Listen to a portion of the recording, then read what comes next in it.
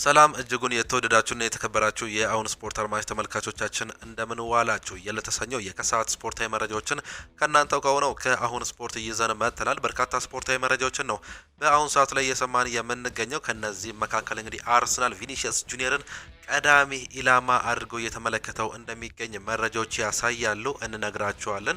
በአማካይ ቦታ ላይ ደግሞ የሚነሱ መረጃዎች አሉ። ወደ ማንቸስተር ዩናይትድ መረጃዎቻችን ስናልፍ እንግዲህ የጆሹዋ ዚርክዜ ጉዳይ በአሁኑ ሰዓት ላይ ከኮሞ ጋር እየተያዘ እንደሚገኝ መረጃዎችም ይጠቁማሉ። እንዲሁም ደግሞ በአማካይ ቦታ ላይ ስለ ማኑ ኮኔ እንዲሁም ደግሞ ስለ ተከላካይ ክፍላቸውም የምናነሳም ይሆናል። ቼልሲ ቤት የሚፈለጉ ተጫዋቾች አሉ፣ እሱንም የምንነግራቸውም ይሆናል። ሊቨርፑል ሙሐመድ ሳላን እንደሚለቅም ይታወቃል። እናም በአሁኑ ሰዓት ላይ ከቤሺክታሽ ጋር ስሙ እየተያዘ እንደሚገኝም ነው የሰማነው። ሪያል ማድሪድ ከሮድሪጎ ጋር ያለው ግንኙነትስ ምን ይመስላል የሚለውንም እንዲሁ በስፋትም የምንመለከተው ነው የሚሆነው። እስከ መጨረሻው ድረስ አብራችሁን ቆዩ እያለን እኛ ቀጥታ ወደ ፕሮግራሞቻችን እንለፍ።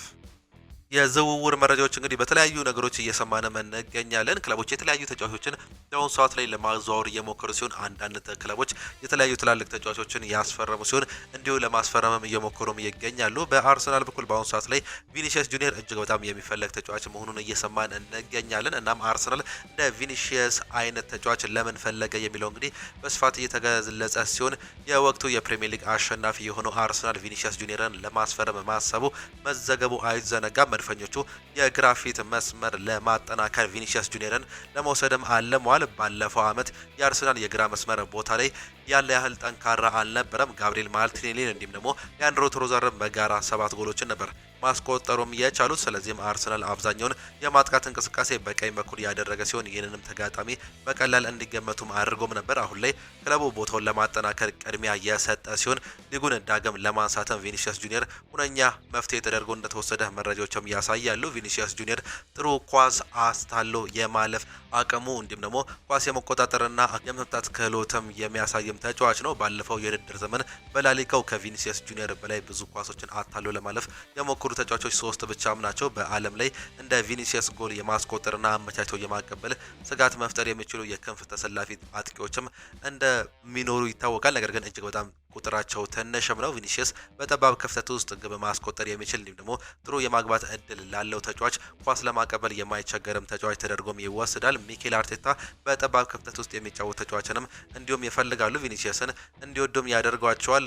ውብ ምክንያቶቹም ቢኖሩ አርሰናል በሱ የሚፈልጉትን ታክቲካል ችግሮችንም ይኖራሉ ተብሎም ይጠበቃል። አርሰናል ከማያጠቃ ቡድን ጋር ሲጫወት ቪኒሲየስ የፈጣን መልሶ ማጥቃት የሚፈጥረውን ስጋት በመፍታት ተጋጣሚዎች ሁሉንም ተጫዋቾች ወደፊት እንዲያወጡም ያደርጋቸዋል ተብሎም የሚሰጋም ነው። ከመጨረሻ ተከላካይ መስመር ስር የማይጠፋው ቪኒሲየስ ኳስን ሊጣለበት ተጫዋቾች በፍጥነት በማለፍ ጨዋታውን የሚፈልገውን መልኩ መቀየር የሚችል ተጫዋች ቢሆንም ነገር ግን በሎ ብሎክ ለሚጫወቱ ክለቦች እጅግ በጣም ተከባድ ሊሆንበት እንደሚችልም ይታወቃል። በተለይም እንግዲህ በሚከላከሉ ክለቦች ውስጥም እንግዲህ ዋን ቱ ዋን ፓስ እጅግ በጣም ጥሩ ቢሆንም ለሁለትና ለሶስት ሙሉ ሜዳውን ከቨር የሚያደርጉበት ከሆነ ግን ሰንጥቆ ለመግባት እንዲሁም ደግሞ ከክለቡ ተጫዋቾች ጋር እንግዲህ ዋን ቱ ዋን ፓስ ተጫውቶ ለማለፍ የሚከብደው ተጫዋች ተደርጎም ይወሰዳል። እናም በአርሰናል በኩል ይህ ነው እንደ ችግር ሊነሳም የሚችለው። ነገር ግን ብዙ ነገሮቹ በተለይም በማጥቃት ረገድ ዋን ቱ ዋን ፓሶቹ፣ ድሪብሎንጎቹ፣ አጨራረሶቹ፣ ክሮሶቹ እጅግ በጣም የተወደዱ ናቸው። አንድ ችግር ተብሎ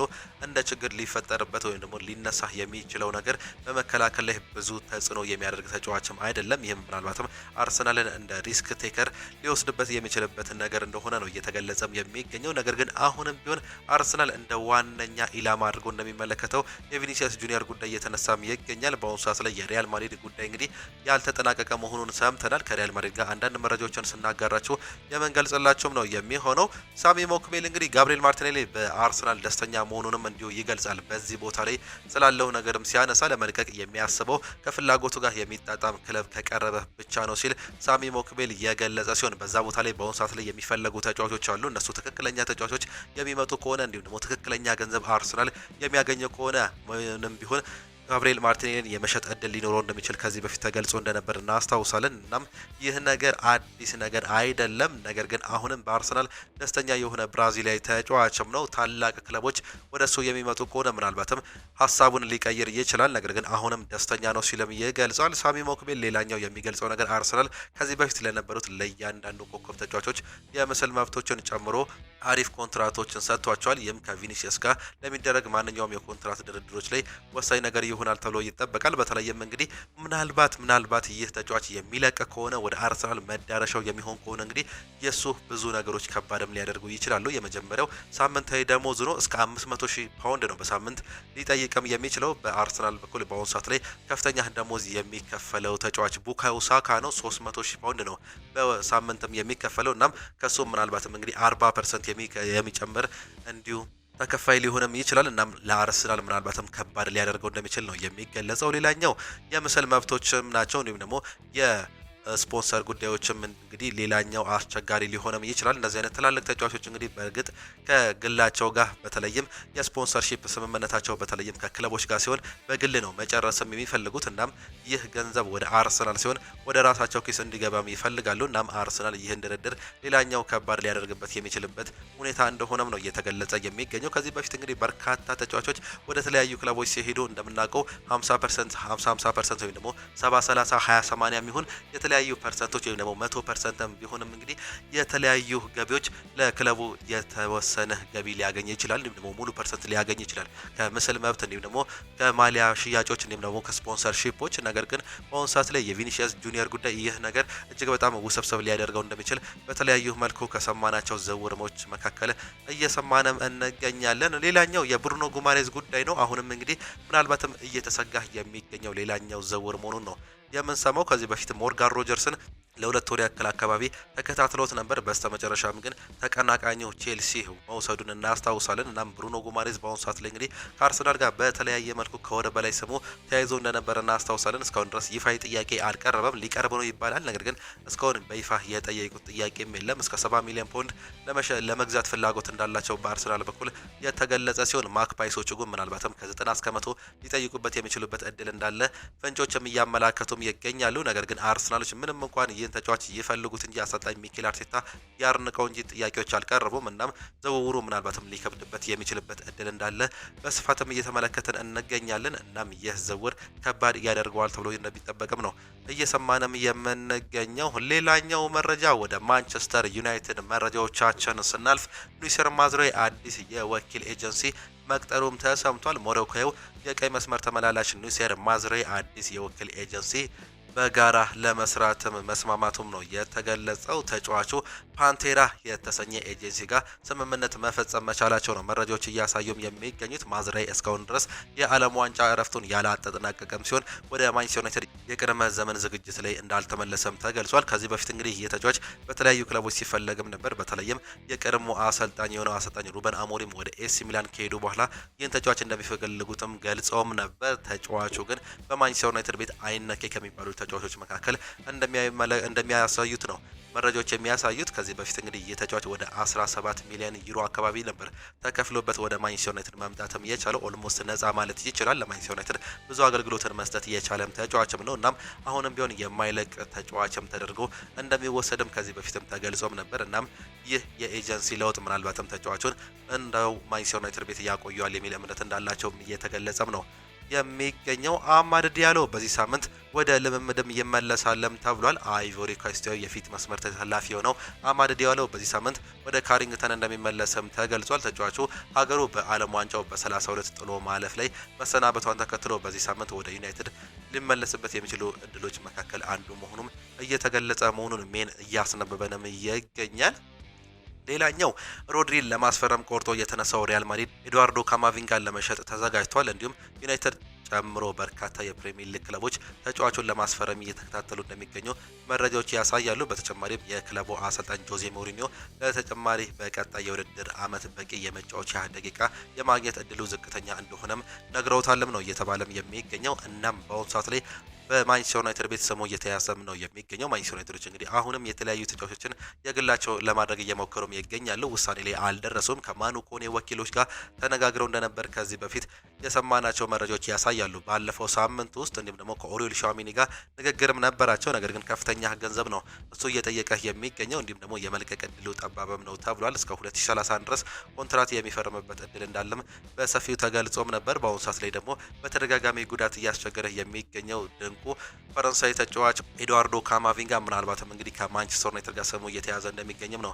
የተገለጸው። ሮድሪ ያለ ጥርጥር እንግዲህ ወደ ሎስ ብላንኮቹ የሚሄድ ከሆነ አንድ የተከላካይ አማካይ ተጫዋች የመልቀቅ እድልም አለው። ኤድዋርዶ ካማቪንጋ ወይስ ደግሞ ኦሪየል ሸዋሚኒ የሚለው ጉዳይ እስካሁን ድረስ አልተረጋገጠም። በእርግጥ ሮድሪ ወደ ሪያል ማድሪድ የሚያቀና ከሆነ ከፍተኛ ገንዘብ ሊጠየቅበትም ይችላል። እናም የፌር ፕሌይን ሁኔታ ለማስተካከል ሲሉ ሪያል ማድሪዶች ምናልባትም ከኤድዋርዶ ካማቪንጋ ይልቅ ኦሪየል ሸዋሚኒን የሚለቁበት እድልም ይኖራልም ተብሎ ይጠበቃል። በተለይም አዲስ ኮንትራት እንደሚፈርም ይገለጻል። እናም በዛ ላይ ሪሊስ ክሎዙ ከፍተኛ ሊሆን እንደሚችል ነው መረጃዎች የሚያሳዩት። እናም ማንቸስተር ዩናይትድ ይህን ገንዘብ ከፍሎ ይወስዳሉ የሌላኛው ጥያቄዎች እየተነሱ ቢገኝም ይህ ነገር ግን ከማንቸስተር ዩናይትድ ጋር እየተያዘ እንደሚገኝም መረጃዎችም እያሳዩም ይገኛሉ። የማኑ ኮኔ ጉዳይ አሁንም እንግዲህ ድርድሮች እየቀጠሉ ይገኛሉ። ማንቸስተር ዩናይትድ ተጫዋቹን ለማግኘትም ይፈልጋል። ነገር ግን ውሳኔ ላይ እስካሁን ድረስ አልደረሰም። ከክለቦች ጋር ስምምነት ላይ አልተደረሰም። ተጫዋቹ ወደ እንግሊዝ የመምጣት እንዲሁም በማንቸስተር ዩናይትድ ቤት ራሱን ማየት እንደሚፈልግ መረጃዎችም ያሳያሉ። ሊሳንድሮ ማርቲኔዝም ይናገራል።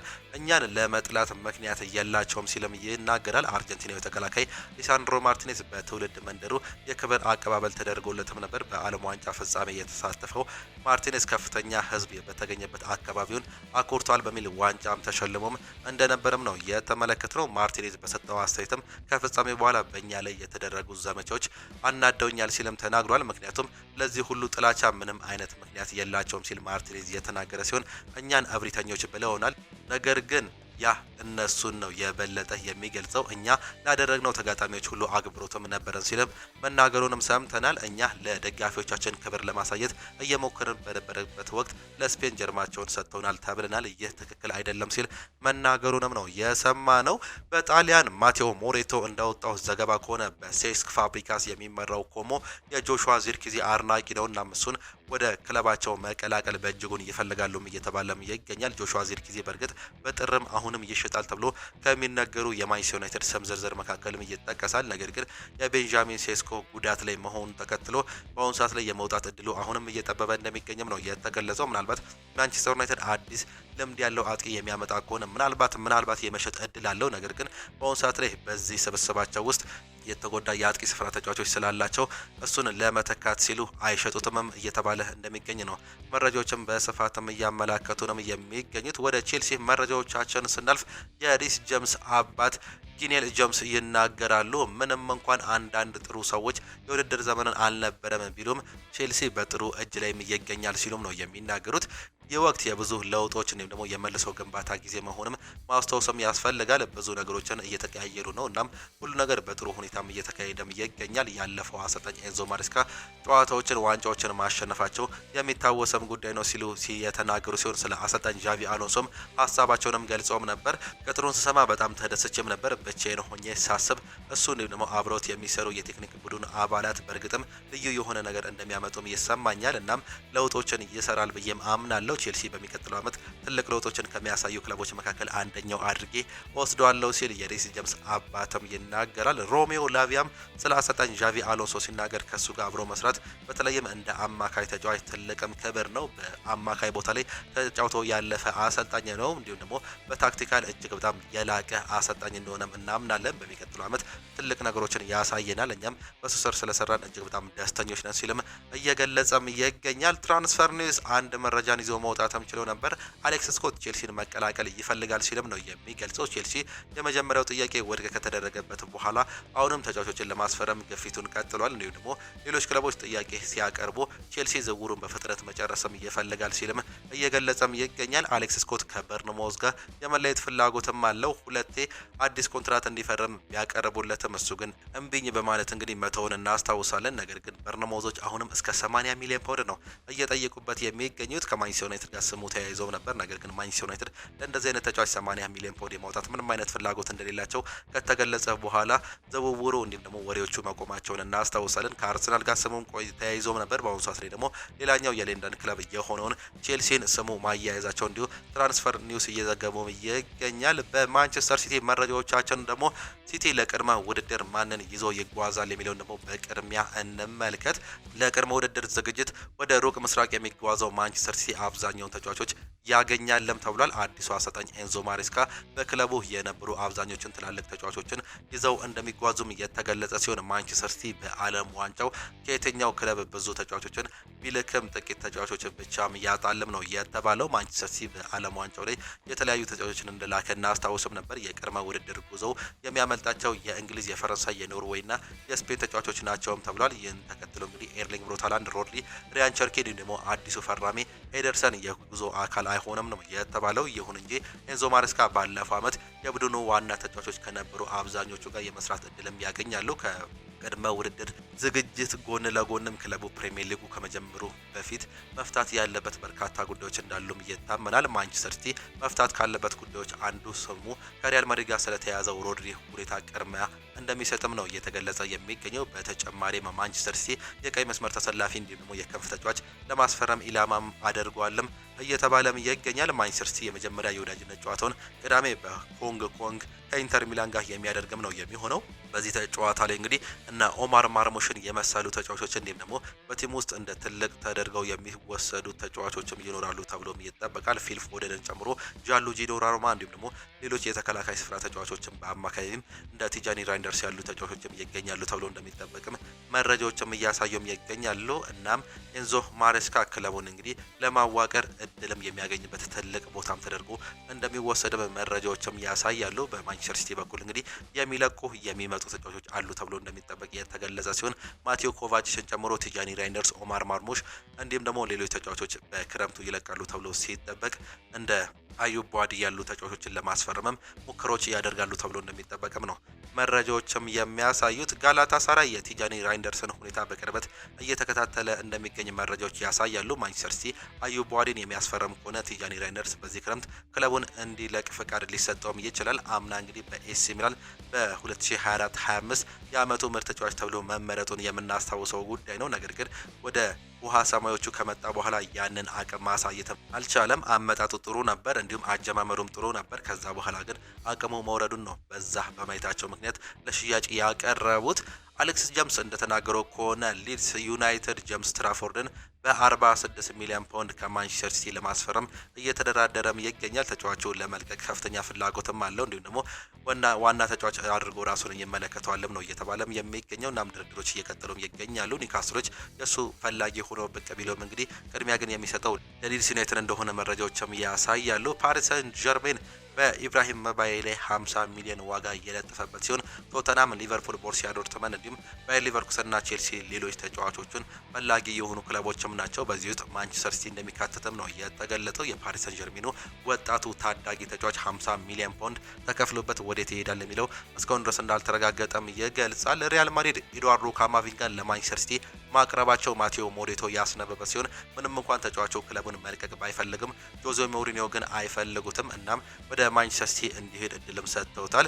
እንዲሁም ኤጀንቶቹም ከማንቸስተር ሲቲ ጋር እንዲቀላቀል ይፈልጋሉ የሚል መረጃ ነው እየሰማንም የምንገኘው። ወደ ሊቨርፑል መረጃዎቻችን ስናልፍ ደግሞ በሚቀጥሉት ጥቂት ሳምንታት ውስጥ ሊቨርፑል በዝውውር ገበያው በጣም ንቁ እንቅስቃሴ ያደርጋል ተብሎ እንደሚጠበቅ አሌክስ ክሮክ እየዘገበም ይገኛል። ትላልቅ ተጫዋቾችም ይመጣሉ ተብሎ እንደሚጠበቅም ነው መረጃዎች የሚያሳዩት። ፋብሪዚዮ ሮማኖ እንደገለጸው ከሆነ ደግሞ አሁን ላይ ከመጠን በላይ መደሰት አያስፈልግም። እሱ ያለው ግልጽ ነው። በብራድኪ ባርኮላ በቅርቡ እንደሚፈጸም ነገር እንዳትጠብቁ ሲልም ይገልጻል። በተጨማሪም ይህ ዜና በሚያዝያ፣ በግንቦት፣ በሰኔ ወይም ደግሞ በሐምሌ ወራት ምንም ትኩረት አልተሰጠውም ነበር። አሁን ግን ሁሉም ስለዚህ ነገር እየተናገረም ነው። ከመጀመሪያው ጀምሮ ሲከታተሉት ከነበሩ ሰዎች ጋር አዲስም አይደለም። ከፍተኛ የዝውውር ዋጋ ስለሚጠይቅ ድርድሩ ውስብስብ መሆኑ የማይቀርም ነው። ውይይቶች መመላለስ እንዲሁም ደግሞ ድርድሮች ይኖራሉ። አጭር መንገድ አይደለም። ነገር ግን ተጫዋቹ ወደ ሊቨርፑል መዘዋወርም ይፈልጋል። እናም ሊቨርፑል ይህን ዝውውር ለማሳካት በንቃት እየሰራ ይገኛል ሲል እየገለጸ ሲሆን ፕሌቲ ጎል ደግሞ ሊቨርፑል በቅርቡ የመጀመሪያ የዝውውር ጥያቄ ለማቅረብ እያሰበም ይገኛል። ተጫዋቹ ተጨማሪ ውይይቶች ሰኞ ቀንም ተይዞላቸዋል። ማለትም ዛሬም ማለት ነው። ከተጫዋቹ ጋር በግል ውይይቶች ላይ ስምምነትን መድረስ ችግር አይሆንም ተብሎ ይጠበቃል ሲሉም እየገለጹም ነው የሚገኙት። እናም ይህን ተጫዋች የግላቸው ለማድረግም ይሞክራሉ። ሊቨርፑል አዲስ ፍላጎት ቢያሳይም ማግነስ አክሊቾስን ወደ ፒኤስጂ መቀላቀል እንደሚፈልጉም ተገልጿል። ሊቨርፑል ከሞናኮ ከፒኤስጂ የበለጠ ገንዘብ ለማቅረብ ዝግጁ ቢሆንም የተጫዋቹ ፍላጎት ግልጽ ነው። የሚፈልገውም ፓሪስ ሰን ጀርሜንን ብቻ ነው። እናም የዝውውር ምናልባትም ለሊቨርፑል ይከብዳል ተብሎ ይጠበቃል። እናም ብራድኪ ባርኮላ ማሊያን ብቻ እየተመለከቱ ይገኛሉ። ከፍተኛ ገንዘብ ስለሚጠይቅ ግን በቅርቡ ይጠናቀቃል ተብሎ እንደማይጠበቅም ነው መረጃዎችም የሚያሳዩን። ሌላኛው ሙሐመድ ሳላህ ወደ ቤሺክታሽ ሊያመራ እንደሚችል ፍንጮች እየወጡም ይገኛሉ። ግብፃዊው ሙሐመድ ሳላህ ከሊቨርፑል ጋር ከተለያየ በኋላ ቀጣይ ማረፊያው የት እንደሚሆን እስካሁን ድረስ በውልም አልታወቀም። ሆኖም አዲስ እየወጡ ያሉ መረጃዎች የሳላህ ስም ከቱርኩ ክለብ ቤሺክታሽ ጋር እየተያዘ መነሳትም ጀምሯል። ጎል ድረገጽ ታዋቂውን ቱርካዊ የግብጽ ጋዜጣ እንደተናገረው ከሆነ እንግዲህ ተጫዋቹ ክለቡን ለመቀላቀል በተጨማሪ የሚለብሰውን ማሊያ ቁጥር ለክለቡ በቀረበ መንገድም ተናግሯል። ሳላህ አንፊልድ ሳለ ይለብስ እንደነበረው በቱርክ ሊግም 11 ቁጥርን መለያ መልበስም ይፈልጋል። ግብጻዊ አጥቂ ወደ ቱርክ ሀያል ክለብ የመምራት ነገሩ እርግጥ እየሆነ መጥቷል ሲልም እየገለጸ ሲሆን አሁን የወጣው ዘገባ የተጫዋቹ ዝውውር በቅርቡ እንደሚጠናቀቅ የሚያሳዩ ሲሆን 15 ሚሊዮን ዩሮ ዓመታዊ ደሞዝ እንዲሁም ተጨማሪ 4 ሚሊዮን ዩሮ ጉርሻ እንደሚዘጋጀለትም ተገልጿል። የ34 ዓመቱ ተጫዋች በቤሺክታሽ ቆይታ የ2 ዓመት ኮንትራት እንደሚኖረውም ነው መረጃዎች እያሳዩም የሚገኙት እና ምናልባትም ወደዛ የመሄድ ዕድል እንዳለው በአሁኑ ሰዓት ላይ ፍንጮችም ያሳያሉ። በሰበር መረጃ የሰማነው ደግሞ ሪያል ማድሪድ ቪኒሲየስ ጁኒየር ውሉን ያድሳል፣ በሪያል ማድሪድም ይቆያል ሲል ዲያሮ አስ ያስነበበ ሲሆን ቪኒሲየስ ጁኒየር አርሰናል መቀላቀል አይፈልግም፣ በሪያል ማድሪድ መቆየት ይፈልጋል። ክለቡን በተመሳሳይ አዲስ ውል ለማዋቀር ቆርጦ ተነስቷል ሲልም ነው የሚገልጸው። ብራዚሊያው በውይይት ወቅት ችግር የመፍጠር ፍላጎት የለውም፣ እናም በበርናባው ለመቀጠልም ፍላጎት እንዳለው በሰፊው እየተገለጸም ነው የሚገኘው። ይህንንም በቅርቡ ትመለከታላችሁ ሲል ዲያሮ አስ በእርግጠኝነትም ተናግሯል። የተወደዳችሁና የተከበራችሁ የአሁን ስፖርት አድማጭ ተመልካቾቻችን ለዛሬ ከሰዓት ይዘናላችሁ የቀረብናቸው ስፖርታዊ መረጃዎቻችን ይህንን እየመስሉ ነበረ። ፕሮግራሞቻችንን እንዴት አያችኋቸው? ሀሳብ አስተያየታችሁን ኮመንት ቦክስ ላይ ልታጋሩን ትችላላችሁ። በጠዋት ፕሮግራሞቻችን እስከምንገናኝ ድረስ ግን ቻው ቻው፣ መልካም ጊዜ፣ መልካም ውሎ እንዲሆንላችሁም ነው የምንመኘው።